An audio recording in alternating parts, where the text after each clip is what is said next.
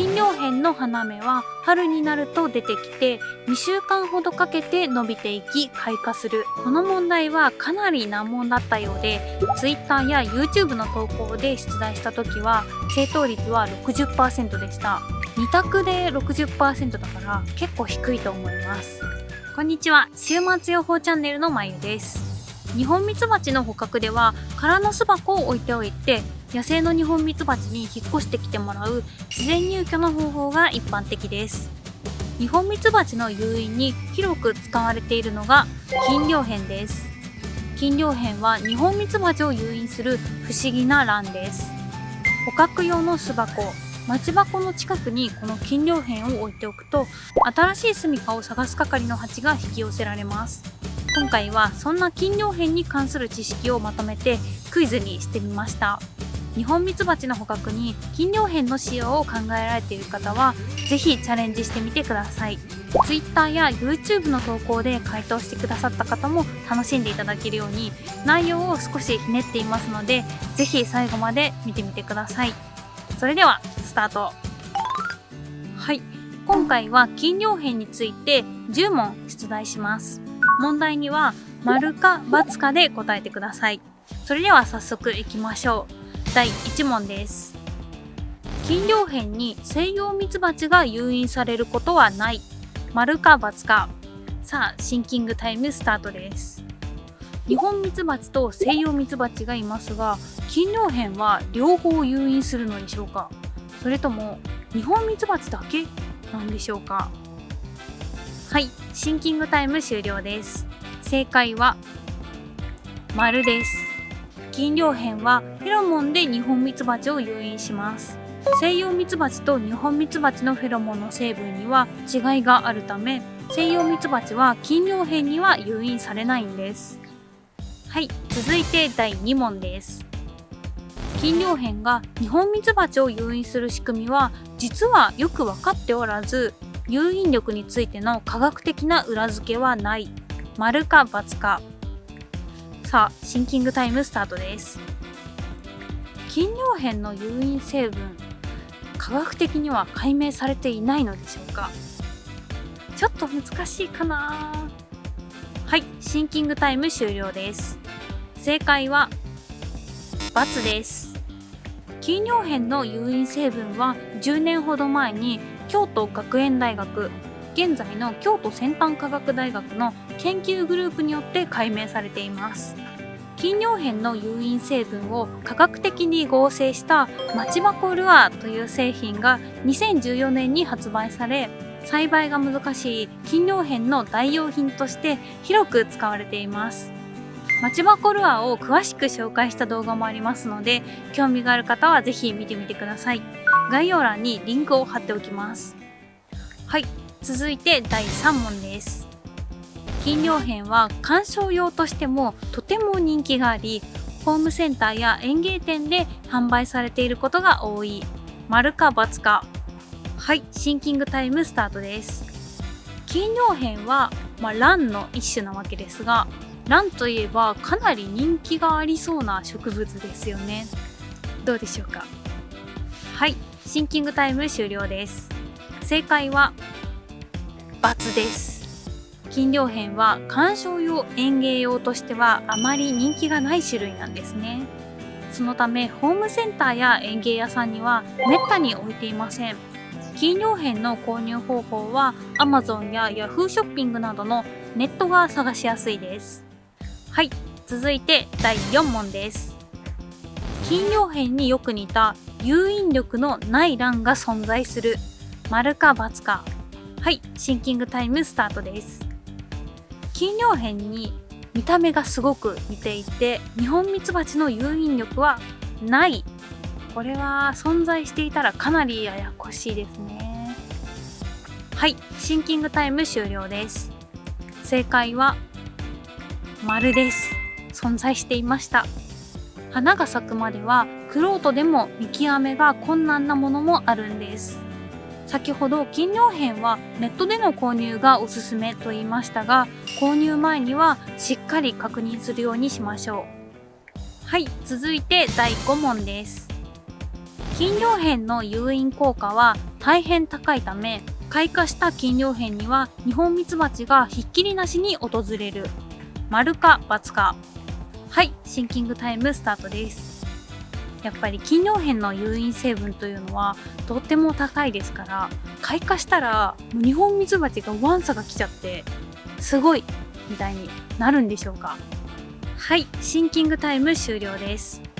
正解は×です。金葉片を置いたらすぐにミツバチが集まってくるのかと思ってたなんて声をいただくことがあるんですが、実は集まってこない時間の方が長いんです。金葉片はフェロモンでミツバチを誘引しますが、花の蜜を集める働き蜂は誘引されません。新しい住処を探す係の蜂、探索蜂が誘引されるのですが、探索蜂は分蜂時期のわずかな間しか活動しません。なので周りに分蜂しそうな群れや分蜂中の群れがいないと集まってこないんです。はい、続いて第6問です。金葉片は特に管理に気を使わなくても分蜂の時期に合わせて開花する。丸か×か。はい、シンキングタイムスタートです。金葉片はニホンミツバチを誘引して受粉してもらっているので、やっぱりニホンミツバチが分蜂する時期に勝手に合わせてくれるんですかね。さあどうでしょうか。はい、シンキングタイム終了です。正解は×です。外気温で栽培すると金葉片の開花は分蜂よりも遅くなってしまいます。このため開花時期の調整が必須になります。外気よりも少し高い温度で栽培して開花の時期を早めます。ですがこれが簡単ではなく多くの愛好家を悩ませています。金葉片の開花時期について解説した動画もありますので、金葉片を使おうと思っている方はぜひこちらも見てみてください。はい、続いて第7問です。金葉片は寒さに強いので屋外で育ててもいい。丸か×か。はい、シンキングタイムスタートです。これはさっきの問題とちょっとかぶってしまうかもしれませんね。どうでしょうか。外で育ててもいいんでしたっけ？ダメなんでしたっけ？はい、シンキングタイム終了です。正解は×です。はい、先ほども言いましたね。金葉片は寒さには強いですが、屋外で栽培してしまうと分蜂から遅れて開花してしまいます。冬から春にかけては外気温より少し高い温度で栽培しましょう。はい、続いて第8問です。金葉片の花芽は春になると出てきて2週間ほどかけて伸びていき開花する。丸か×か。はい、シンキングタイムスタートです。これはですね、かなり難しい問題です。さあこれを分かる人はいるのでしょうか。どうでしょうか。はい、シンキングタイム終了です。正解は×です。はい、この問題はかなり難問だったようで、Twitter や YouTube の投稿で出題した時は正答率は 60% でした。2択で 60% だから結構低いと思います。金葉片は小さな花芽が前年の10月11月頃からついているんです。最初は隠れて見えないことが多いですが、2月頃になるとはっきりと見えてくるようになります。花芽がない場合は残念ながらその年の分蜂には利用できませんので、マツバコルアーの用意をおすすめします。金葉片の花芽の見分け方についても動画で解説していますので、そちらもぜひチェックしてください。はい、続いて第9問です。金葉片の花芽が複数ある場合、切り花にしても誘引の効果は得られる。丸か×か。はい、シンキングタイムスタートです。花芽を切ってしまっても誘引の効果は得られるのでしょうか。っていうか切って大丈夫なのかと思いますよね。どうでしょうか。はい、シンキングタイム終了です。正解は丸です。切ってしまって大丈夫なのと思われるかもしれませんが、切り花にしても誘引の効果はちゃんと得られるんです。一株の金葉片に花芽が4つついている場合はそれぞれ切り花にして4つの巣箱に利用できるんです。1株しか金魚片を持っていないけど花芽はたくさんあるという方は是非試してみてください。はい、それでは最後の問題、第10問です。金魚片はミツバチに受粉してもらうと誘引力が増す。丸か×か。さあシンキングタイムスタートです。金魚片はミツバチに受粉してもらうとパワーアップするんでしょうか。でも受粉って聞くとなんかいいもののような気がしますよね。はい、シンキングタイム終了です。正解は×です。金魚片は受粉すると誘引効果がなくなってしまうんです。またニホンミツバチの大群が金魚片に直接集まってしまってその熱で金魚片の株が傷んでしまうこともあります。このため金魚片には網をかぶせて利用するようにしましょう。はい、以上が金魚片に関する知識10問でした。皆さんの成績はいかがでしたでしょうか。金魚片に関する問題は難しいものが多かったんじゃないかなと思います。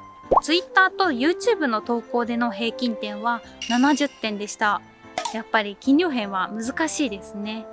金魚片をニホンミツバチの捕獲に使おうとしている方は90点以上を目指すようにしましょう。はい、この金魚片の他にも分蜂編と自然入居編、それから強制捕獲編のクイズもありますので、まだ見ていない方は概要欄にリンクを貼っておくのでそちらもチャレンジしてみてください。今回と同様、ニホンミツバチを捕獲するために知っておきたい知識ばかりです。週末予報チャンネルでは分蜂時期に向けてニホンミツバチの捕獲のコツをたくさん発信していきますので、ニホンミツバチを捕獲したいと思われている方はぜひチャンネル登録して一緒に準備していきましょう。最後までご視聴いただきありがとうございました。この動画が参考になったという方はぜひ高評価お願いします。